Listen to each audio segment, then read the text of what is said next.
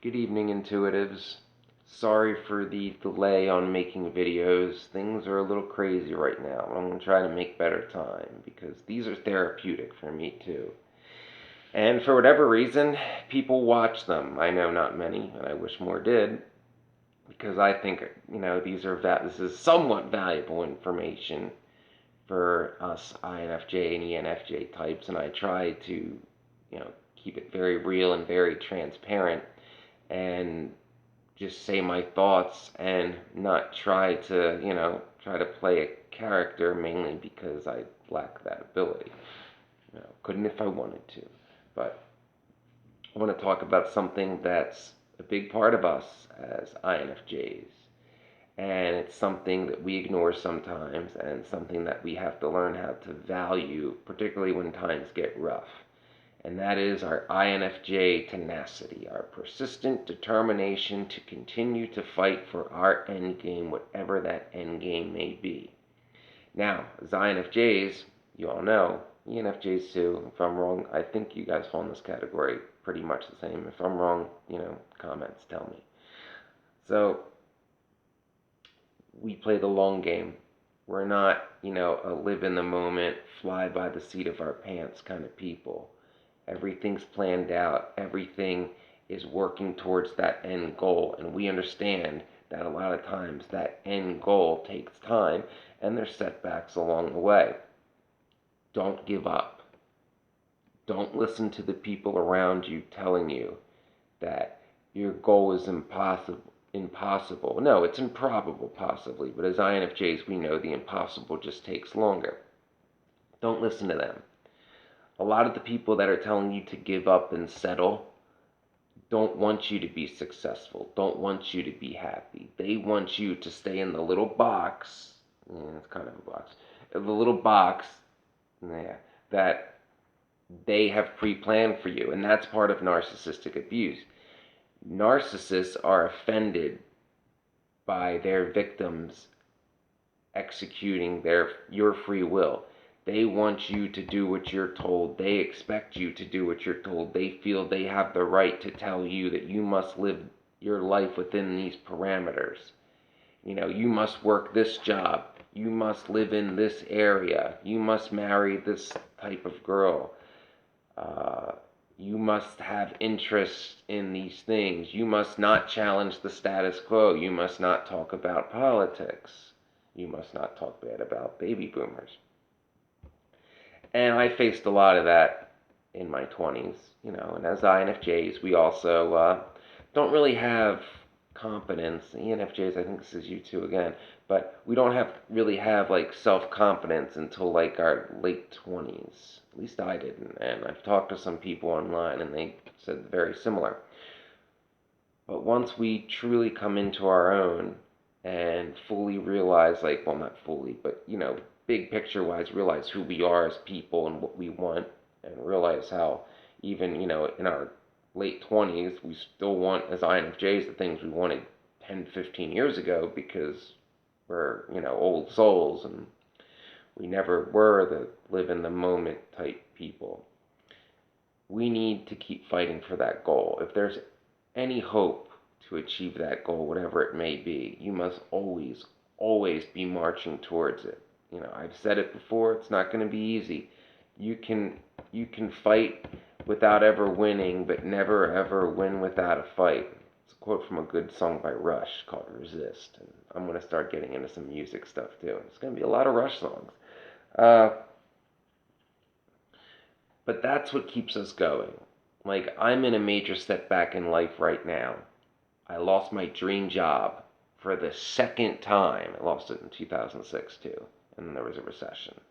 So I've lost my dream job of professional firefighter twice now in 15 years. There were issues, and I got screwed over by the state I was living in and unemployment, and it's in review again. But I was screwed out of my unemployment benefits, so I lost my apartment. I couldn't find another decent paying job because I had to move in early March. So when I lost my job in September, between September and March, COVID lockdown, things are rough. Trying to live off of my savings. And, when you work as a rookie firefighter in Northern Virginia, that's not the worst paying, but not the best paying job in the world, and is one of the most expensive areas in the country. You do the math, money goes quick. So I had to move back to greater Philadelphia, the place that I've been fighting to get out of since I was 12. Because I don't like it here. I don't fit in. Not to say there aren't people here I like, but the culture overall is very conservative, very baby boomer centric, very status quo worshiping, very good old boys club. And it's just not me. I'm not telling other people you shouldn't live here. I'm saying me, myself, this is not for me. I am an expert on what's right for me. And there's more, I'll stress this to everybody, there is more to the world than the area you grew up in. You do not have to stay in the same area you grew up in your whole life. Personally, like all my good friends have all left, and they all, would get on me when I would complain about the area when we were teenagers, and then about, their mid 20s, they were all like, "Oh my God, you were right. How did you know? How did you see all this?" Intuition, I know that now. Pretty cool, right? So your tenacity is your persistent determination that keeps you going towards your end game. And I mentioned losing my dream job twice. Still not giving up. Even though, given my lawsuit and, videos on here, you heard me talk about it, that's probably, if not already has, is going to prevent me from getting hired in the firefighters union, which is all the departments in the US and Canada. I've said it before, blah, blah, blah. Looking into moving to Ireland or the UK. Almost moved to the UK once before in 2007 to go to Oxford, but they decided not to take me, and that's how I ended up in Canada at the University of Toronto and working at the Royal Ontario Museum. Good times. Hi, Canadians. I know there's a good bit of you in my analytics. Hi. Canada's great. I love Canada. Drinking Alexander Keith's IPA for me because I can't get them here, and I don't, that makes me sad. I could really use 1 or 10 right now. But, so I'm still marching onward towards my goal. My tenacity's still in place. I'm beat down. Hell, I'm diagnosed with PTSD. But I know if I give up on my tenacity and stop fighting, it's never going to get better. I know I just have to somehow keep putting one foot in front of the other and keeping in mind my end result. I have to work towards little victories along the way. Now, you always have to have goals with tenacity. Like, you have to set up like smaller goals. You know what I'm saying? Okay, I'll use the analogy like there's many battles within the war. You want to win the war, but you have to focus on each individual battle along the way. Like my ideal end game now, given my circumstances, would be to move to a city either in the Republic of Ireland or the United Kingdom that is progressive, and I'm leaning towards the UK, and you guys all know I've talked about the fact that I'm a male witch. The traditional witchcraft community in the UK, pretty awesome. It's a lot better than here.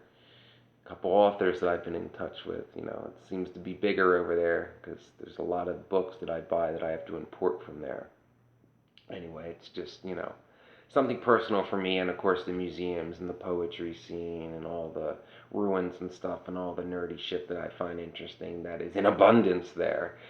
So there's that, and more progressive in general.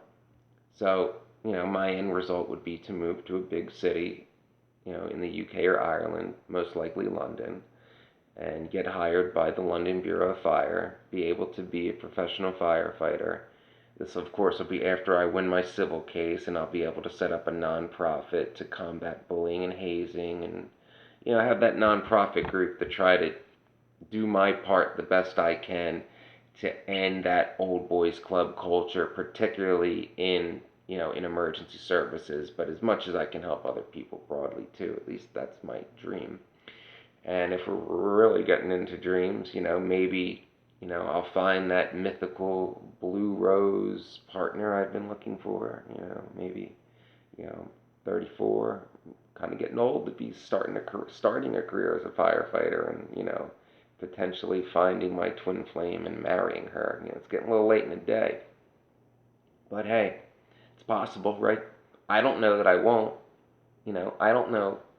You know, I can count on one hand the girls I know in the UK. So there's lots of people I don't know there, I'm not saying that, the blue rose I've been searching for is there. I'm saying it's possible. She could be anywhere. Well, I'm fairly sure she's not in suburban Philadelphia. That I am fairly certain of. But beyond that, you know, so who knows? So you have to keep walking towards your goal. You have to have a realistic plan. Your plan can be improbable, but it has to be realistic. Like for me, to move to another English-speaking country and to get hired as a professional firefighter is not unrealistic. I made it through, the firefighter hiring process twice before, and therefore, logic would state that I can do it again. So, only time will tell. Whatever your goals are, whatever it is that gets you out of bed in the morning, whatever it is you think about when you're down and at your lowest, the thing that you want more than anything, do not give up.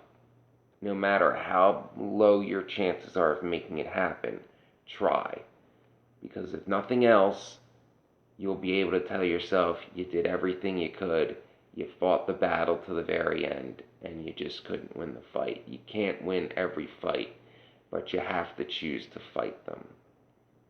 Trust me. I lived for 10 years working a job I absolutely despise, assistant golf course superintendent, or nearly 10 years.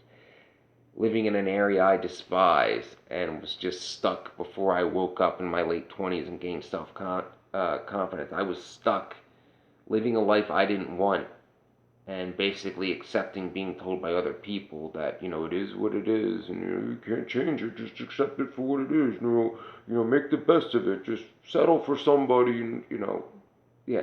Don't live somebody else's life that they have planned for you.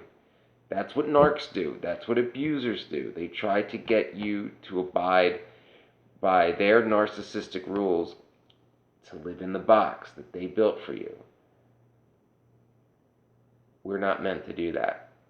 We're tenacious, we challenge the status quo, and we help others. It's a big part of being an INFJ, also an ENFJ. So just remember, in your darkest hours, remember your tenacity. Let that fuel you. Let that keep you walking towards your goal. Even if you feel like you can't walk, limp towards it. If you can't limp, crawl. There will be dark days where you think all is lost, but you have to push through them. Give it time. Don't give up just because you get a setback. Yes, there are times where, your dreams are shattered and there's nothing you can do. But a setback, losing a battle, is not losing the war. Never forget that. Remember to never sell out your integrity. Always trust your intuition. And like and subscribe to my channel to grow it. Thank you. See you next time.